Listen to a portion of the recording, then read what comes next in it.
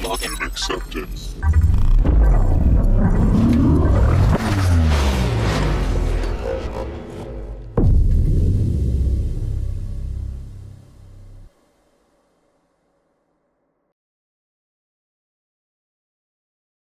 Boy, that's quite of a room, isn't it? Hello, my name is Oskar.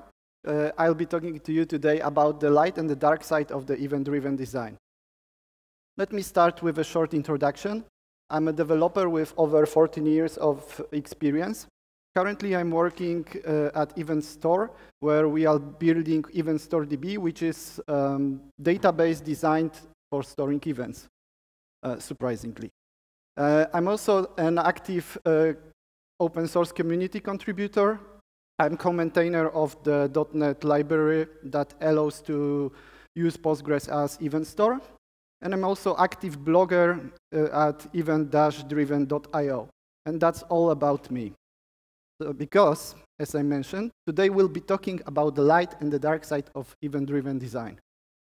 I noticed that mostly at the conference talk, we are showing only bright side. So how can you benefit from using event-driven design and other patterns? I think that event-driven design, just like Anakin Skywalker and Darth Vader are the same person, then event-driven design has also pros and cons. Of course, don't be afraid. Probably you won't end up choking your partner, being thrown to lava lake, by using event-driven design. It's all good, but we need to be aware. So, as you noticed from my introduction, I'm a huge fan of event-driven design, also event sourcing. But I believe that to make the right architecture decision, we need to see the big picture and understand what we are signing for. So I'll be playing today a bit of a devil's advocate role. All of what I will be showing today to you is based on my past experience from my projects, from different projects. But let's just say for today that I was doing a single project, and it was a ticket reservation system. So you could book a ticket to cinema, to the concert, etc. Of course, you should be able, with this system, to search for gigs, check availability, whether there are some available seats or available place. And the important feature was that it's, of course, a SaaS model, because we are building SaaS model right now. So user can sign to our system and buy tickets in different cinemas, in different concert areas. But you should be also able to traditionally go to the cash, to the cinema, or call and reserve your seat. And of course, we should be issuing invoice, because without invoice, there is no money. If there is no money, then there is no reason to building a system. And characteristic of our system was that, of course, we were expecting high traffic because we will be successful, right? So the traffic we expect could spike in a huge peaks. Because, for example, if Beyoncé decide to go to Krakow to give the concert, then for sure the demand will be much higher than in the traditional typical day. And of course, we cannot allow our system to go down in such case, because our customers will lose a lot of money, and our users won't be able to reserve the ticket for the beloved artist. And we expect that different modules will have different loads. For sure, search module will be much higher used. But, for example, the ticketing module will have the less load, but it will be more important to not fail. So there are different criteria that we had to take into the account. And of course, if there is a Beyoncé concert in Krakow, then it shouldn't impact the small cinema in Legnica. We, of course, started with a POC because we were greenfields. Aren't we all greenfields right now? So we needed to quickly prove that our concept is okay. So we started with a monolith, of course. And the monolith has a lot of good things, but a lot of bad things. So if the single server crashes, then you cannot search for concerts, you cannot buy any ticket, you cannot do anything. However, if it's working, then it's working and it's predictable until it is not. So there is a trend that we all should be building microservices. Then after we prove our initial concept, we decided that, of course, we will go with microservices. It wasn't precisely the micro services. It was like a rather big services because we had like a module per user registration, per search, etc. And that was quite fine because if someone couldn't, for some reason, reserve the seat because the reservation module was down, then all the others should work. So it was an improvement contrary to the previous monolith approach. And let's just have a look on the simple scenario.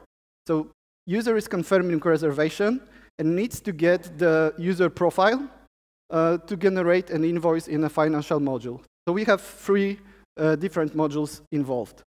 And if, for example, user module is not available and we are doing the direct RPC call, then we cannot get the user profile and we cannot issue an invoice. So even though two other modules are available, then everything goes down. So that's all about the independency of the microservices. And this is the picture, and this is not a picture of our system. This might be a picture of your system. Joking, it's a LinkedIn. Or in fact, it was LinkedIn. Some years ago, because this drawing is took from the article made by Jay Krebs, where he explained the path, which was quite similar but on much bigger scale, to the streaming approach. So in general, event-driven design. My guess is that they started with the Gang of Four, so they read about the mediator and observer pattern, and they decided that, well, maybe we could build a unified log where producers, instead of directly calling the other services, could just put a message, and then the other modules, knowing that they should react to some event or message, they can subscribe to this log.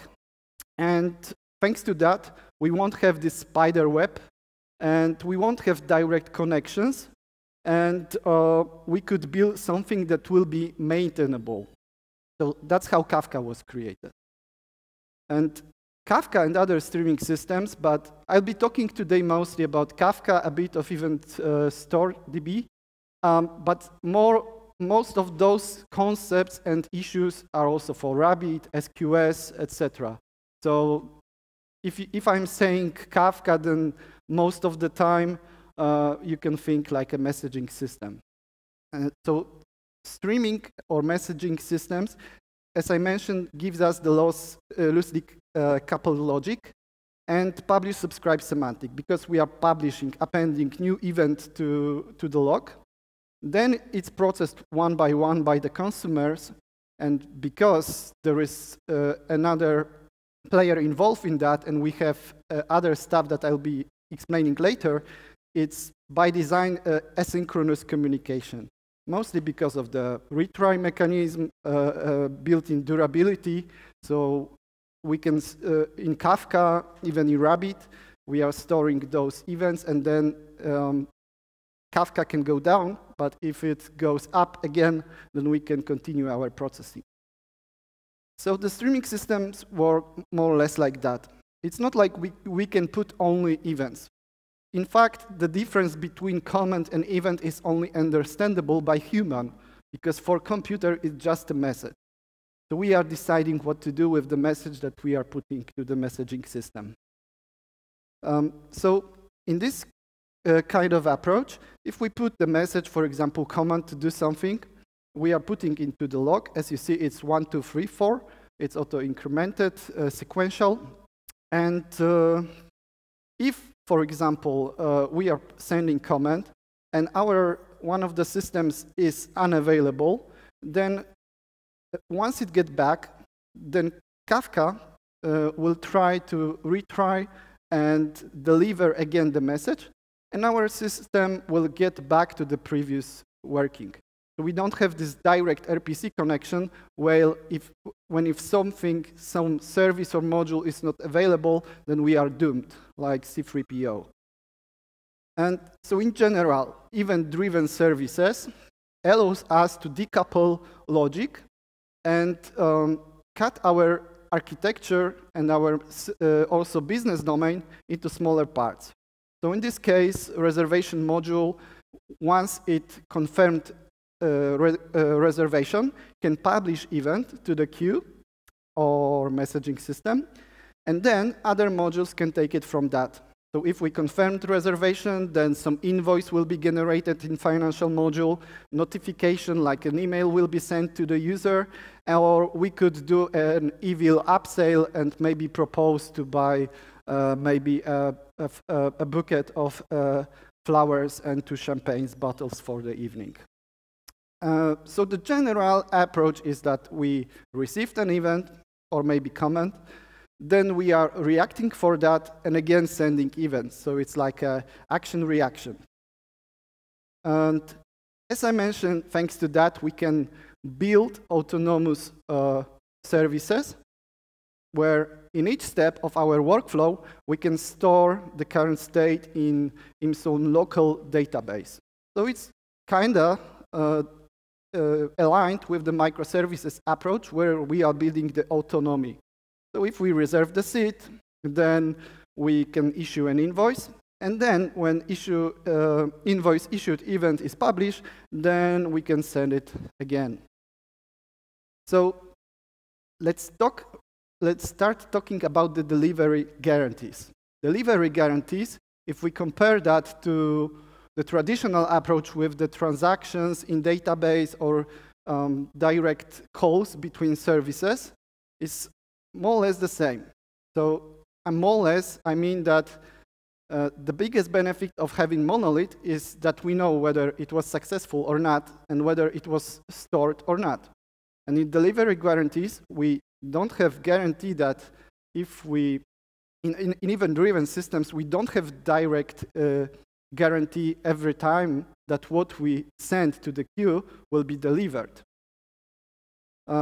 So a lot of tools, this time I won't name this tool, promise that we can have exactly once delivery. And this is a myth. It's not possible. It's only possible in a set conditions. And our application needs to be written in a way that this might be true. So let's have a look why exactly once delivery is a myth. So at first, let's say that we store the current state. We store the recent state of the reservation in our relational database, and now we are publishing that message to messaging system. And there, something might go wrong. So for example, we stored, and then our service went down, and we didn't publish this event. And because we didn't publish this event, then the further steps, important steps of our business workflow won't be triggered, right? Then, let's say that we managed to store the state. We managed to successfully, we hope that we successfully publish an event because we get ACK, so acceptance from the messaging system, but that doesn't mean that it was already accepted. Because most of the messaging systems, to increase the performance, have something like a pre-flight messages. So if you, let's say that they allow to have 100 pre-flight messages, so those messages will be stored and sent once you send 100 messages. If you have 99 messages and this messaging system go down, then they won't be stored, they won't be forwarded. The next part is even, like, let's say that Kafka successfully managed to store the events, and now it is retrying. But also delivery might be down because our system might be down. And what's more, we might have some bug in our logic that this event will be poisonous and we won't ever be able to process that. Like, for example, serialization. We didn't we weren't aware that there is a new message format. And then the last part is that after that, we might be timing out, we might be not able to store the result of our operation. So as you see, many steps might go wrong. So because of that, it's practically not possible to have the exactly once delivery, even if we are using the messaging system, even the most shiniest one. So how to deal with that? The first thing that we can do is to use outbox pattern. So when we are storing the state, we are also storing the event. We can store it even in a separate table. Then we have a background process that is checking whether we have some new messages to send to the queue, and it tries to send the message until it gets the ACK from the messaging system. Then messaging system is delivering that, but as we know, this might also fail. So we also should use the inbox pattern, and inbox pattern is the opposite of the outbox. So at first, we are storing the event, and we only return ACK to the queue once we are sure that we stored this message. And after that, we have again the background system that is trying to run our internal logic. So all of that sounds tedious. However, most of the messaging systems are having that built in. So if you are using some overlays like a service bus, mass transit, or other, they have probably built in. What's more, the tools that we are using also have solutions for that. Kafka has Kafka Connect that can use the change detection capture from your database. Or, for example, even StoreDB, because it's natively designed to store events and then republish them, then it has its own subscription mechanism that is publishing. So we should search for tools that will help us to do that. But the simple implementation is not so hard. If we want to distribute that, then it might get complex.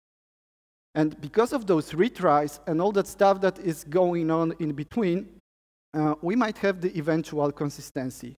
However, again, there is a trick, because what we usually are taught about the eventual consistency is in fact the causal consistency. So how many of you believes that eventual consistency guarantees ordering? Luckily, no. So eventual consistency, in fact, means that our data will be consistent at some point. By consistent, it means that all the operation that we scheduled will be applied.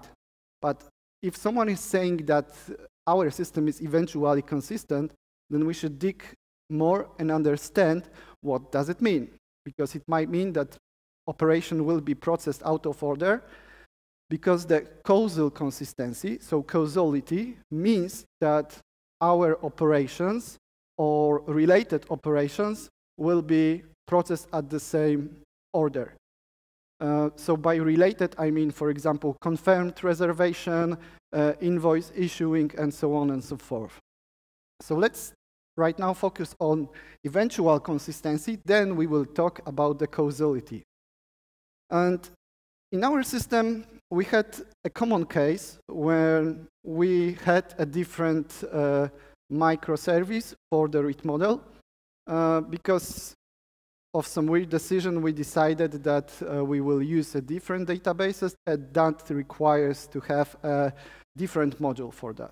And we were putting a man in the middle, so Kafka in this case, and it was looking more or less like that, so it seems that everything was working until it was not, because Kafka was giving additional overhead. We were using Elasticsearch, which also have the eventual consistency. So once we store data, then there is some delay, some lag in when we can read it again. And we have our design that once we reserved a seat, then UI was moving to the reservation dashboard, and it appeared that quite often we were not seeing this reservation. So how can we solve that? Our first idea, and this is not a recommended idea, was to do a cyclic requests until the data was consistent. So our UI was banging call one after another and ask whether, yeah, do you have this reservation? Not, okay, I will try in 10 milliseconds. And the consequence of that was that we managed to do a DDoS when we were demoing our system for our client. So that's not recommended, for sure. A bit better approach is a long polling. So we are moving this cyclic request from the client to the server. So we have established connection between client and server, and server will wait with answering whether with returning the result until data is consistent. So that's going on in the server. It is better because we don't have DDoS, but again, if we have wrong implementation, then our server can do a DDoS to our database, which is also not a great experience. So I recommend if you try to use long polling, then have a circuit breaker that cuts the connection and not allow to have a big timeouts, because if our connection is taking a longer period of time, then we might have a lot of waiting calls, which might end up in exhausting the connection pool, having a huge queue of requests. That's something that you should take into the account. Better solution, and quite often recommended solution, is WebSocket. Eventually, we were also using WebSocket to just notify our clients from the server when some operation was finished and that there is new data there. WebSockets are good because it helps in the reactive approach, etc. But there are also tricky parts. So load balancers do not work well with the WebSocket. They work, but it's not so easy to configure that. You, again, need to keep the sticky connection that are still open, etc. Plus, WebSockets do not give you the guarantee that the message will be, a notification will be delivered. And in our case, some of our responses were not available through the API. You have to use the WebSockets. And then we realized that API was also a product for us. So some clients might not use our UI, but just integrate with our API. So in general, I would recommend what I will tell in the next slide, but some mixture between long polling, WebSockets, and also other practices like a circuit breaker, and so on. But the most important and the best idea where to start is to design our UI and our application flow with the understanding of how our application works. So maybe we shouldn't just direct user to the dashboard. Maybe we can keep user on the same screen and allow the user to edit the data, because most of the data will be already there, the most important probably.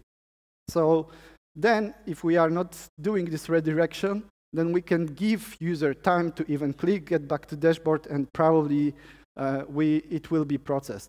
So that's something to start with. And we need to remember, because if we do it right by the design, then we might not end into the troubles and over engineering. And the last one is the Facebook style, so I don't care. And this might sound funny, but it's also a perfectly valid solution, because now people are, because of using social platforms, they are aware that some information might not be aware immediately.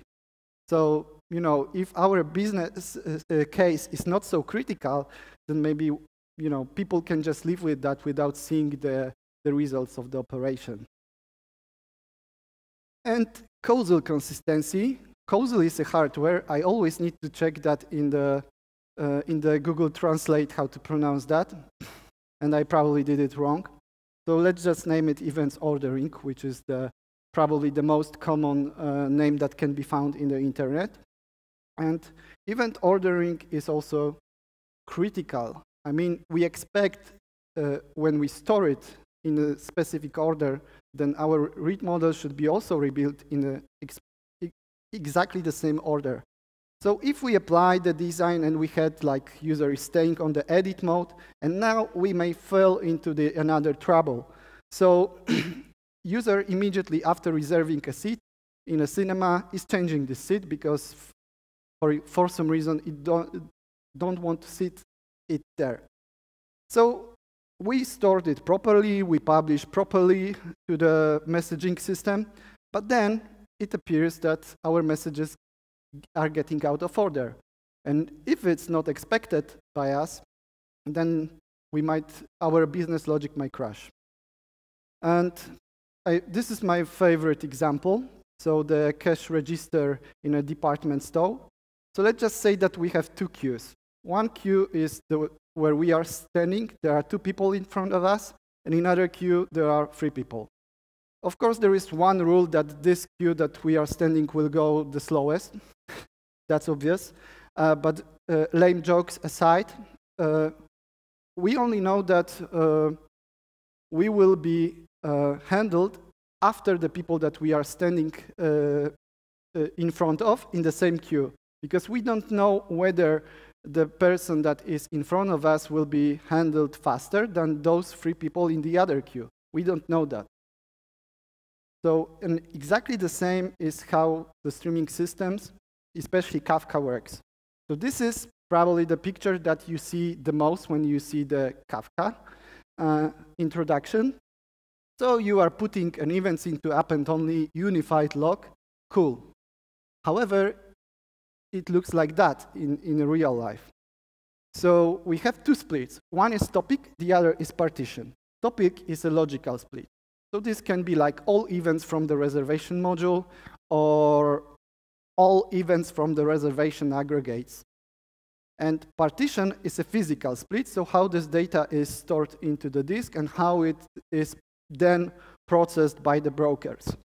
So if our split, the logical split is all the events from the reservation module, then partition could be like, for example, each partition is for different type of aggregate, or if our topic is events that were created by reservation, then partition could be like a specific record, right? And why is it important? Because we have only guarantee of ordering on the partition level. So if we see topic with 2 partitions, then it's more or less the same as I described in the queues in the department store. And even if the system like EventStoreDB guarantees global ordering, because in EventStoreDB is the different way around, so we have the physical storage on the O stream, on the append-only log, and then streams are indexes of those log. But then if you want to make it high scale, then you need to use patterns like competing consumers. If you were using Rabbit, then you know what it is and why you should be aware of that. In general, it's like you have the 3 cashiers at the same cash register trying to process your what you want to buy. So how can we deal with that? And the first solution is to create the phantom record. I think that phantom record might be a term designed by me, so I should add R at the end. Phantom record is like if we are getting at first event about updating, so changing the state, and we didn't get yet the event that someone reserved the seat, then we might try to store what we have. So this event for sure will have a new seat number and probably the reservation ID. So we can already store that. And once the next event will come up, so hopefully even that seat was reserved, then we can fill the rest of the information. And how to practically do that? So after each apply, we can write a state check logic that will verify whether the state is consistent and whether it's fine to, for example, display that on our read model. And so we can mark this phantom record as not available, not display it, and once it's consistent, then yeah, go ahead. And the next solution is back pressure. So quite often I'm getting a message from my wife when I'm standing in the queue that I should buy a milk or something like that. And then I'm forced to ask the shopkeeper that, Mrs., I will just go to take this milk and then we will continue. So quite often, luckily, it's fine. So all the people that are standing behind me are angry, but they are waiting until I get back with a milk.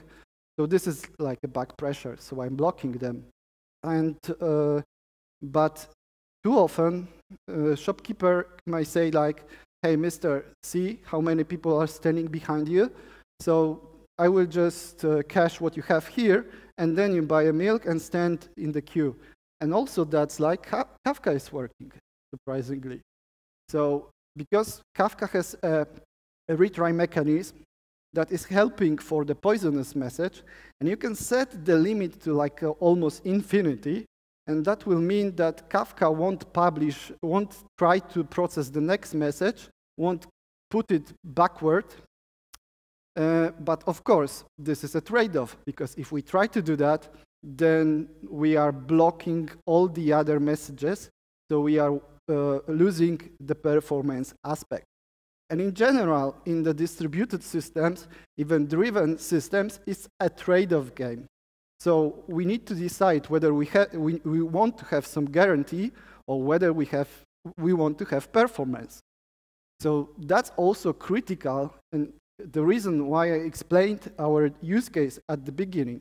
So you should start design of your system with understanding what's your business use case. Because without that, you will be creating an architecture in a vacuum which always ends badly. So getting back to the ordering.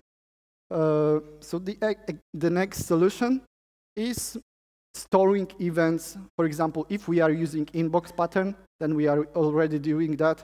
If we are using event sourcing, then we already storing this event. Then maybe we could use it like, for example, we got event number 2, 3, 4, and then we got the first event. So knowing that, we can check whether we have full sequence, and then we can apply all those events and have the consistent state. So we are waiting until we have a sequence of events in the set order to rebuild the state or trigger operations internally. And the next solution is again Facebook style. We can be accepting events as they come. So we are just accepting that whatever order we get will be fine. And this might be, in most of the cases, anti-pattern. So for example, if you want to trigger some business logic or business operation, then that might not work well. However, quite often, unfortunately, we are using queues to just do a poor man's replication. So instead of using like a typical database functionalities, we are pushing all the events through the queue and then just to rebuild the state in the other read model, quite often in the same type of database. So, but nevertheless, if those events are like an absurd event and we are just not running any logic for that, then it might be fine to just apply them as they come. Of course, we do not have guarantee that our state is consistent, because if the last event that we processed was the event that is out of order, then until we get a next event, then our state might be broken. However, for read models, quite often this is fine. I mean, if you don't have all the information applied, then it might be fine. However, this is something that we should be aware of. And the last solution is the Rust resort. We tried that. If you need to do a quick hack, then you can always ask the right model, because it should have the consistent state. Because for the right model, you are usually using databases with the strong consistency. Of course, this is a no-go solution as a longer period solution, because we are coupling our services. And again, this other system might not be available, so we might be getting into those issues that I described before. And the last one is the compensating operation. So for example, if we see that the reservation is not available, or not have all the data, then maybe we can design operation for the user to trigger to somehow fix the state. And this is something that might sound like a hack, but in event-driven approach, that's something that we should be always asking our business. Because it's not like that we are trying always as developers, trying to create ideal, perfect systems that will always work. However, life is not like that. And if we ask our business, okay, then how are you dealing with that if you don't have the system that we are about to create? Then it usually appears that there are some ways like a call, asking someone, sending correction, etc. Then we should always be trying to find some compensating operation. That's all for now about the ordering. And let's start with the fancy word idempotency. It's quite critical to spell it right. And idempotency, it's not something that is directly attached to the event-driven design. If we are building a REST API and we are modeling the updates, then those updates in REST should be always idempotent. So what does it mean? No matter how many times we will try to run the same operation, the result on our state will be the same. So it doesn't mean that, for example, we can only apply the state change only once, but if we have a series of the same operation, then the final result will be the same. So let's think about the scenario where we reserved a seat, everything was fine, we sent an event, but our read model got the message twice. And again, this is a story that is also happening in the real life. If we are at the cash register, then shopkeeper, cashier, can also cash twice the product that we wanted to buy. And that's something for sure that we would like to avoid. So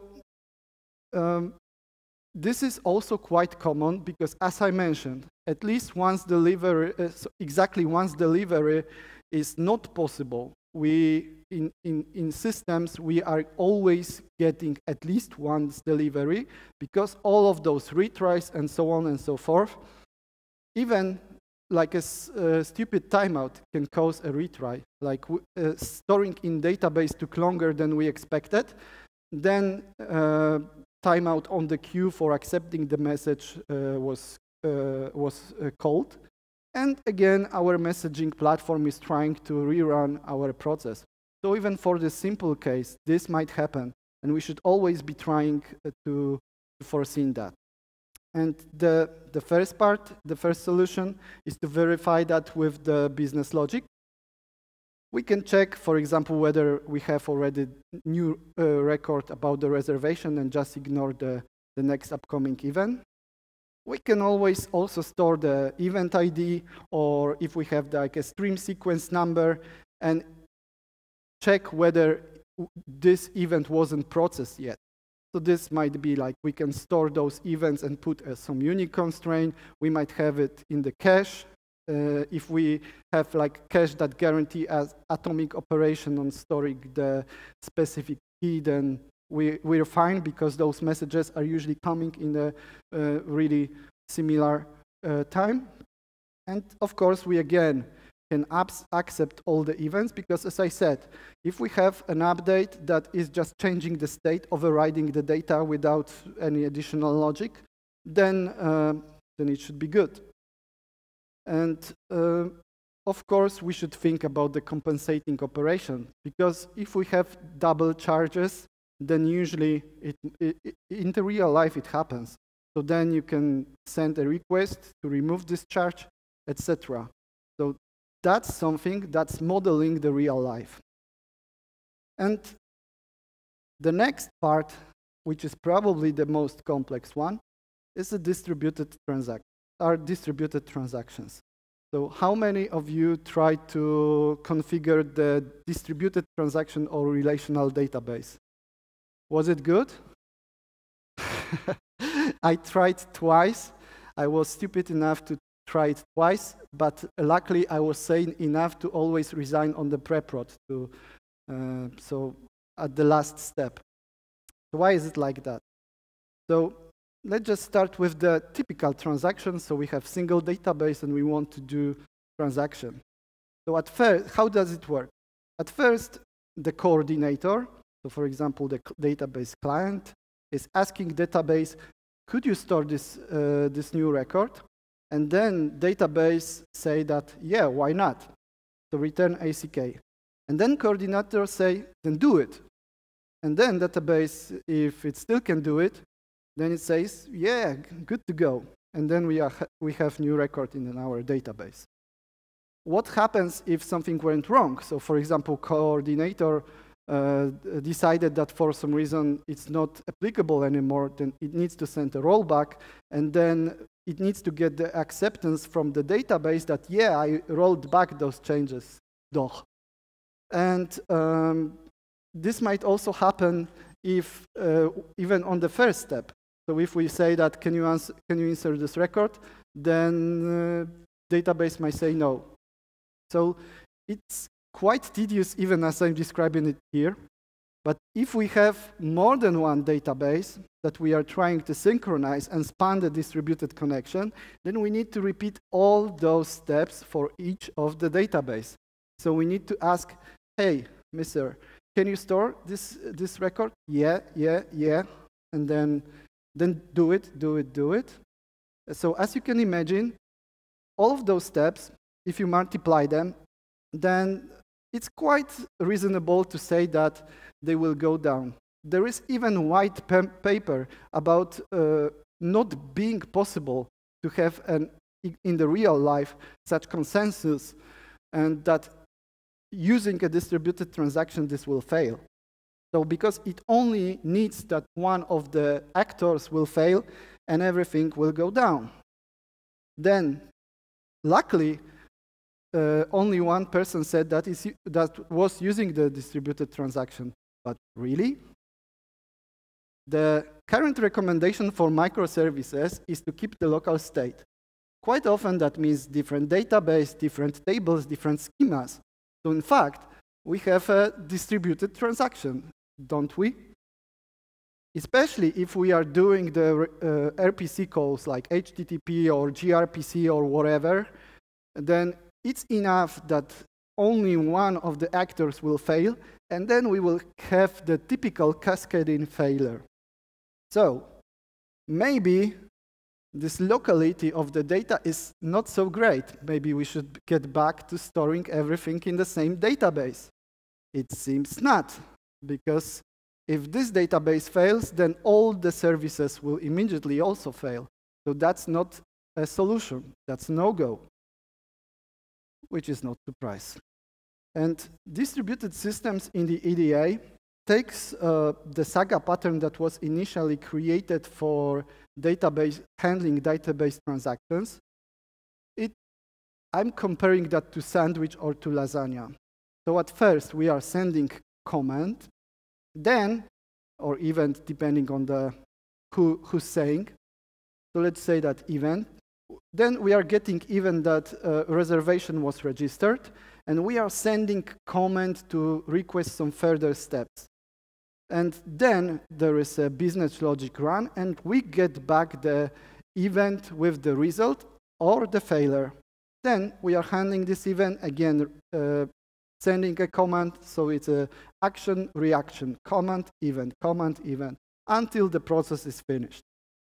So if we have a look on our unified log, then, as I said, we have a reservation service that is publishing the reservation confirmed, and we can initiate the invoicing process, which suddenly, surprisingly, it's not so trivial.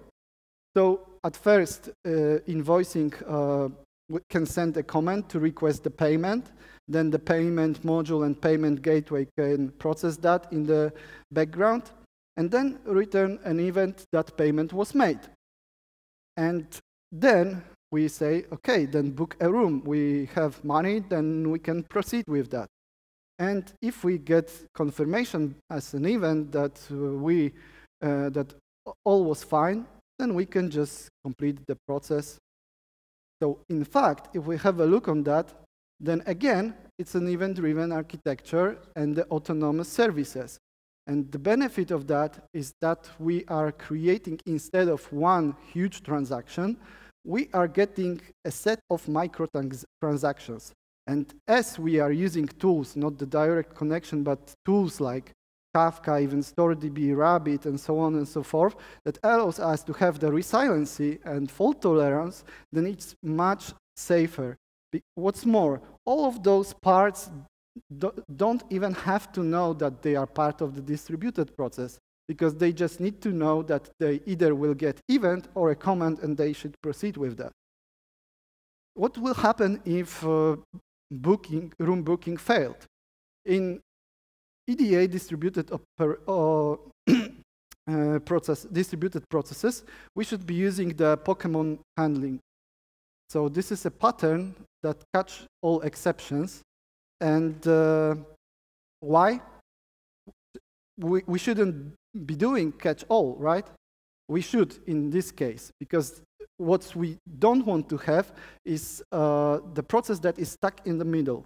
So once some even unexpected exception was thrown, then we should catch it and publish an event about the failure, because then we can do a compensating operation. As the payment was already made, then we can discard it, void it, and so on. And then we can cancel the invoicing process. So this is great, but this is not solution for everything.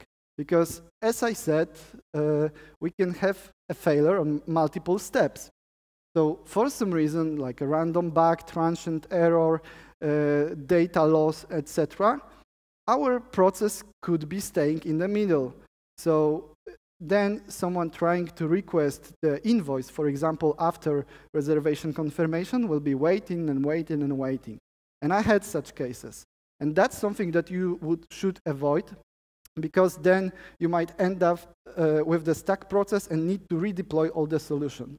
So it's always worth putting a timer that after, for example, 15 minutes will cut the process and cancel the reservation. So as you see, event-driven design systems are not so simple. Once you get familiar, they became easier, or there is less pain, like a Stockholm syndrome. And we can help ourselves in dealing with that. So the first step, what we should be doing, is incorporate some auditability and tracing and metrics. So it means that we should put some set of metadata that will help us to diagnose what happened, because we have distributed environment with multiple systems, etc.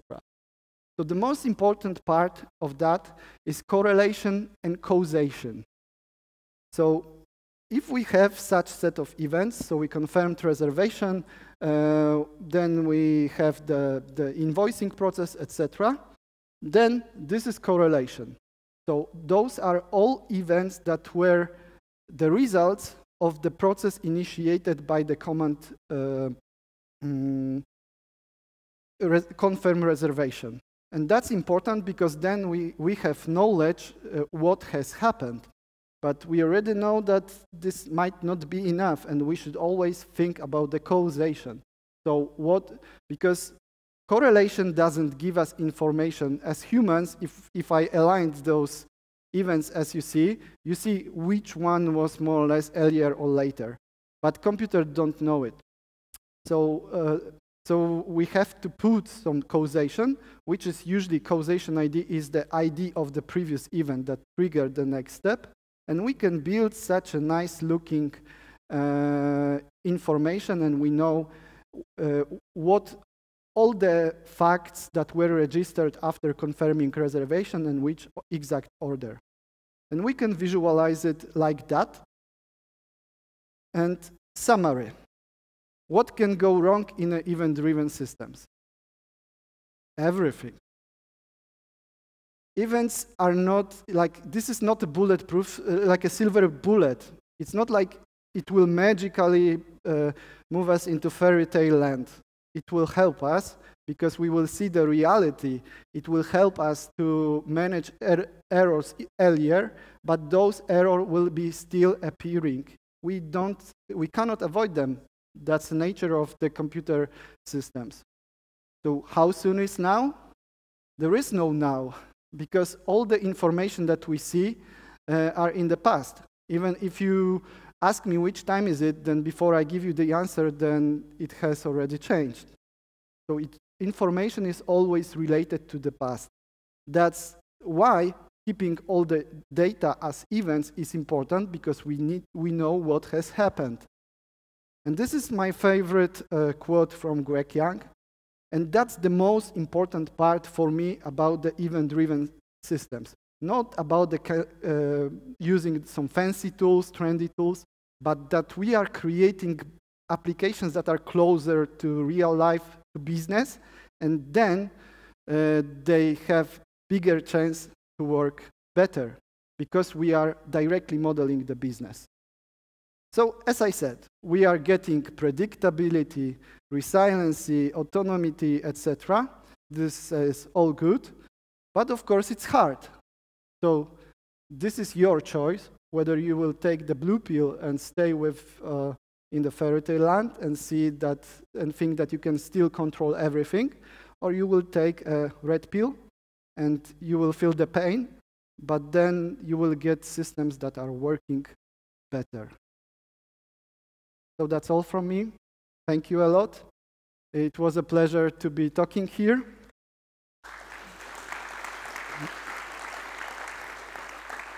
And one final tip, in general, speakers love to get the feedback. So if you would like to talk with me, I'll be here till the end of today. I'll be here also tomorrow. I will be happy to give a high five or just a fist bump. If you are shy or don't want to just get closer to me, then you can scan this QR check and it will open your email system. And I would be extremely grateful for the feedback if you could rate this talk on the Devoxx mobile application. That would be also great. So thank you a lot. I should probably ask whether there are any questions. Are there any questions? Okay, if not, then I really encourage you to just find me. I'll be just going around. And if you have any complaints, or especially if you disagree with me, then I would be happy to discuss that. Thank you a lot.